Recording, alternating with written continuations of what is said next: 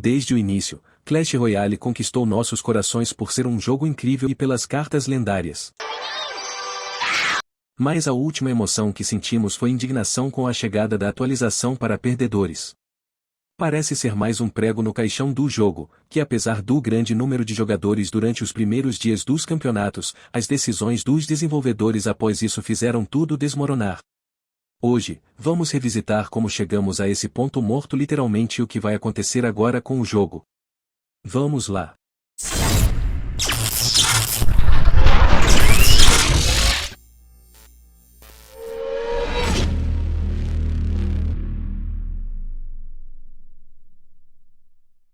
Clash Royale evoluiu ao longo do tempo de uma forma muito interessante. Nasceu em uma das melhores épocas da Supercell, quando Clash of Clans estava em seu auge de popularidade. Apostando no seguro, adaptaram o jogo para um formato muito mais simples e universal, que qualquer um poderia jogar em alguns minutos usando apenas uma mão. Assim, trouxeram seus personagens exclusivos para esse novo mundo, mantendo os mais icônicos, como os bárbaros no campo de batalha. Além disso, naquela época, havia muitos criadores de conteúdo atentos ao que a Supercell estava fazendo. Como você pode imaginar, isso foi um grande acerto, pois gerou muito hype em torno do que seria o Clash Royale. Para o lançamento global do jogo em março de 2016, foi recebido como se fosse um messias. Eu mesmo fiz a reserva do jogo naquele ano antes de seu lançamento, alcançando números maiores do que seu irmão bárbaro, que infelizmente nunca mais atingiria o pico de popularidade que teve antes do lançamento do Royale. Aqui entra um assunto interessante. O lançamento de um jogo online é caracterizado por ter um grande número de pessoas ativas nas primeiras semanas. A novidade desperta o interesse de muitos, mas após esse pico de popularidade, a base de jogadores vai diminuindo até chegar a números não tão grandes, mas mais estáveis, como aconteceu com Fall Guys ou Among Us. No início, todo mundo jogava, mas agora desenvolveram sua própria base de jogadores menor, porém ainda ativa. O caso é que o Clash Royale parecia seguir essa tendência, e em abril de 2016, seus números começaram a cair, como era esperado. O jogo mal recebia atualizações naquele semestre. Mas essa queda de jogadores mudou no mês seguinte, com a chegada de 6 novas cartas, sendo 3 lendárias que todos conhecemos, Lava-On, Mineiro e Spark. Isso trouxe de volta o interesse e a popularidade aumentou novamente, pelo menos por um curto período de tempo. Os meses seguintes seguiram a tendência de queda nos números, embora naquela época quase não fosse perceptível, pois a quantidade de jogadores ainda era uma completa loucura. Mesmo assim, continuaram lançando cartas, e em agosto de 2016, o Clash Royale atingiu seu ponto mais baixo daquele ano com uma atualização que trouxe apenas mudanças de balanceamento. Felizmente, foi nesse momento que os criadores de conteúdo entraram em cena e levaram o jogo à sua era dourada. Novidades como torneios, desafios e o baú do clã chegaram ao mesmo tempo em que a comunidade teorizava sobre as novas atualizações que um jogo com tanto potencial poderia ter. Assim, o Clash Royale atingiu seu ponto histórico de popularidade no início de 2017, com o anúncio das primeiras ligas, baús melhorados e um número suficiente de novas cartas.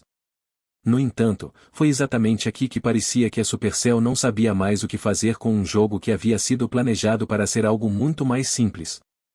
E assim, o Clash começou a ter uma queda bastante acentuada. A próxima grande atualização introduziu o modo 2 contra 2, que muitos gostaram, mas como não tinha um modo competitivo, não foi levado a sério e acabou sendo mais como uma versão beta, pensando que seríamos apresentados a uma versão mais polida e com suas próprias ligas. Infelizmente, até hoje isso nunca aconteceu. Em seguida, tivemos o primeiro desafio de 20 vitórias para o campeonato de Clash Royale Chrome, onde havia cerca de $500 mil em prêmios. Embora o torneio fosse um conceito interessante, não conseguiu evitar a queda em que o jogo havia entrado, marcando assim sua primeira era sombria, que gosto de chamar de por mais que joguemos a cada hora, nos esforcemos para ganhar troféus e abramos todos os baús, no final do dia. Clash Royale é um jogo premium e nunca poderemos avançar no mesmo nível de um jogador que pode gastar dinheiro e comprar gemas. Isso fez com que, mais cedo ou mais tarde, a competitividade do jogo fosse direcionada àqueles que gastavam dinheiro. Nessa época, víamos criadores de conteúdo gastando fortunas apenas para aumentar o nível de uma carta lendária ou para conseguir um emote. Muitos jogadores que não podiam pagar preferiram abandonar o jogo, enquanto outros que podiam fazer isso para pelo menos melhorar um deck, enfrentavam outro grande problema. Se subíssemos de nível um deck, por exemplo, e depois a Supercell decidisse enfraquecer duas cartas desse deck, estávamos ferrados.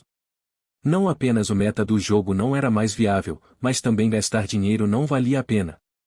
Tudo isso fez com que o Clash Royale, para muitos, inclusive os jogadores competitivos, se tornasse mais um jogo de sorte, onde era preciso rezar para que o adversário não tivesse um deck que fosse um contra-ataque ao seu.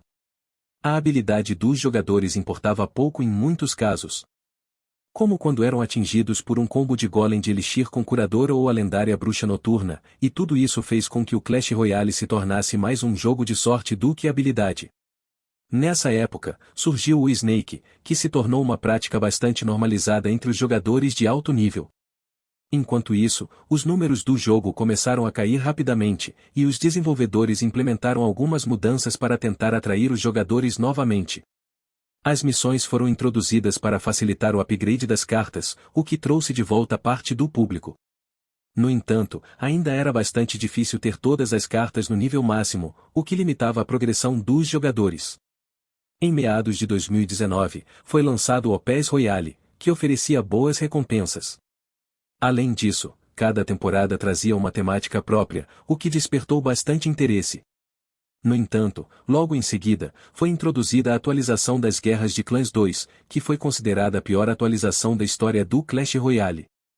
As expectativas foram frustradas, pois não foram cumpridas as promessas de adicionar elementos empolgantes ao jogo. Posteriormente, as equipes foram removidas e os torneios passaram a ser individuais, o que levou muitos jogadores competitivos a deixarem o jogo. Parecia que tudo estava perdido, mas então o campeão congelado apareceu, trazendo consigo a pior época do Clash Royale. Durante essa temporada, o jogo continuou trazendo cartas interessantes, mas os problemas reais não foram abordados. No final de março de 2021, foi anunciada a introdução dos itens mágicos, que permitiam o upgrade das cartas de forma mais fácil. Além disso, o PES Royale oferecia os melhores itens, garantindo que uma carta pudesse ser levada ao nível máximo a cada mês. Isso despertou novamente o interesse dos jogadores, pois agora era mais fácil ter os decks no nível máximo. Houve também um maior apoio aos criadores de conteúdo, o que atraiu novos jogadores para o jogo. Em junho do mesmo ano, foi anunciada a Super Atualização, que aumentou as recompensas e o ouro disponível. No final de outubro, foi introduzido o nível 14 e uma nova raridade de cartas, os O-Campeões, que tinham habilidades únicas. Isso trouxe muitos jogadores de volta ao jogo, e os números se mantiveram estáveis por vários meses.